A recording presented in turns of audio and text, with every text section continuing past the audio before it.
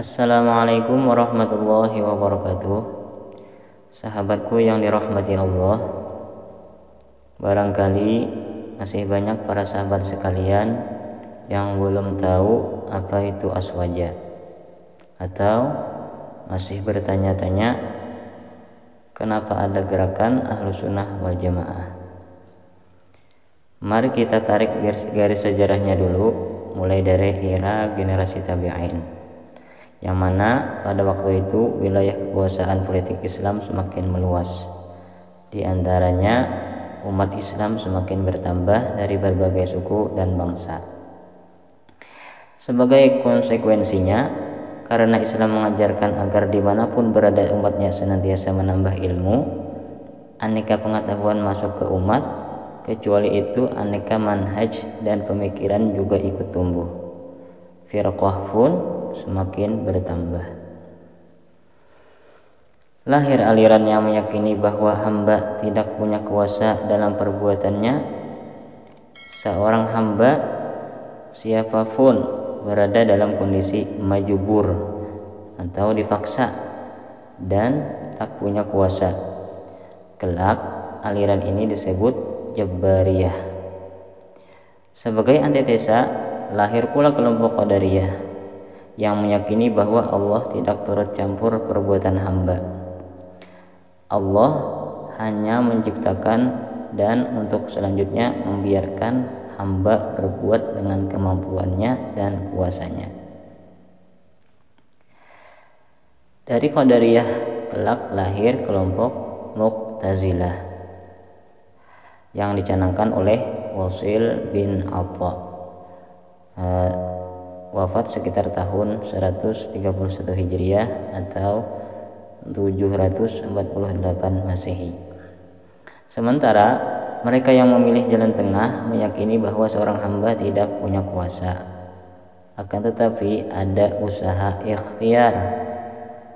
Aliran ini diimami oleh Al-Imam Hasan Al-Basri yang wafat sekitar tahun 110 Hijriah atau sekitar tahun 728 Hijriah Masehi.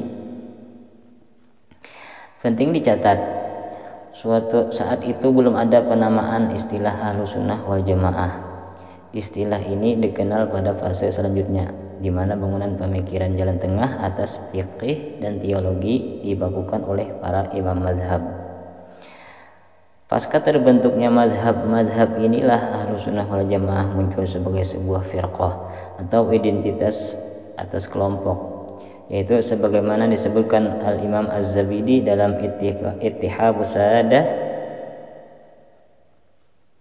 maksudnya Ittihab Sadah Al-Muttaqin, bahwa jika disebut Ahlus Sunnah wal Jamaah maka yang dimaksud adalah pengikut Imam Abul Hasan Al-Asy'ari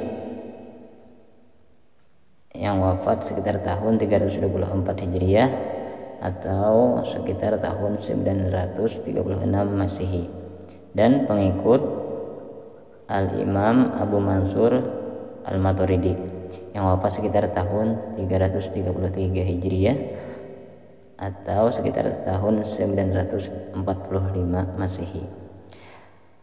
Kemudian tokoh penting yang menyebarkan dan memperkuat posisi firqah ini adalah Al-Imam Ghazali rahimahullah yang wafat tahun 505 Hijriah atau sekitar tahun 1111 Masehi. Apa prinsip jalan tengah aswaja? Prinsip jalan tengah yang dijadikan pondasi bangunan dalam beragama, baik dalam i'tiqad atau ideologi, syariat dan akhlak atau tasawuf, bukanlah hasil ulah fikir semata tanpa ada landasan dalilnya. Allah Subhanahu wa taala telah mengisyaratkan hal ini dalam Al-Qur'an, yang maksudnya, dan demikian pula kami telah menjadikan kamu umat Islam, umat yang wasat, agar kamu menjadi saksi atas perbuatan manusia dan agar Rasul Muhammad menjadi saksi atas perbuatan kamu. Ini surah Al-Baqarah ayat 143. Dalam tafsirnya Imam Fakhruddin Ar-Razi yang wafat tahun 313 Hijriah atau sekitar tahun 935 Masehi menuliskan beberapa tafsir kata wasat dalam ayat ini, yaitu adil, pilihan, terbaik, dan pertengahan atau moderat. Sejatinya aneka tafsir tersebut tidak saling bertentangan, karena umat yang bersikap moderat niscaya adil, baik, dan terpilih. Atau sebaliknya, hanya umat pilihan dan terbaik saja yang mampu bersikap adil dan moderat. Sebaliknya, orang yang bersikapnya berlebihan atau tidak moderat niscaya tidak adil dan bukan yang terbaik. Kemudian dalam sebuah riwayat yang diyakini sebagai sebagian ulama sebagai hadis disebutkan bahwa khairul umur awsatuha, yang artinya perkara yang paling baik adalah pertengahannya. Prinsip inilah yang menjadi manhaj ahlu sunnah wal jamaah dalam menyikapi segala sesuatu, baik dalam keagamaan pun juga sosial dan politik. Memilih jalan tengah bukan tidak ada resikonya, bahkan lebih berat dibanding mereka yang memilih di kanan atau di kiri, karena orang yang berada di tengah pasti dituduh kanan oleh yang di kiri dan kiri oleh yang di kanan. Resiko harus siap ditanggung dan rela diterima oleh siapapun yang memilih jalan tengah. Prinsip inilah yang kemudian menjadi pegangan organisasi umat Islam terbesar dunia, yaitu Nahdlatul Ulama atau NU, sebagai organisasi yang mengikuti mazhab 4 dalam berfiqih, mazhab Asy'ari dan Maturidiyah dalam berideologi, dan mazhab Junaidiyah dan Ghazaliyah dalam bertasawuf.